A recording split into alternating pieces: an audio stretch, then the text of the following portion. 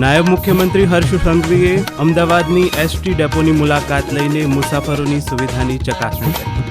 કૃષિમંત્રી જીતુ વાઘાણીએ મંત્રી પદનો ચાર્જ સંભાળતાની સાથે જ કહ્યું કે ખેડૂતો અને સહકારી ક્ષેત્રનું હિત સર્વોપરી, જ્યારે મોઢવાડિયાએ બરડાને પ્રવાસન તરીકે વિકસાવવાની નેમ વ્યક્ત કરી. કેન્દ્રીય મંત્રી મનસુખ માંડવિયાએ રાજ્યપાલ સાથે શુભેચ્છા મુલાકાત કરી પ્રાકૃતિક કૃષિ, સ્વચ્છતા, રમતગમત અને યુવા વિકાસ જેવા વિષયો પર ચર્ચા કરી. તકેદારીના ભાગરૂપે અમદાવાદમાં મેટ્રો રેલ દિવાળીના દિવસે સાંજે 7 વાગ્યા સુધી દોડશે. ગઈકાલે ધનતેરસ નિમિત્તે મહાલક્ષ્મીના પૂજન અને અર્ચના બાદ આજે કાળી ચૌદસ નિમિત્તે મંદિરોમાં વિશેષ હવન. અને ગાંધીધામમાં યોજાયેલી ટેબલ ટેનિસ ટુર્નામેન્ટમાં વડોદરાના પ્રથમ માદલાણી, અમદાવાદની પ્રથા પવાર અને સુરતના વિવાન દવેનો દબદબો.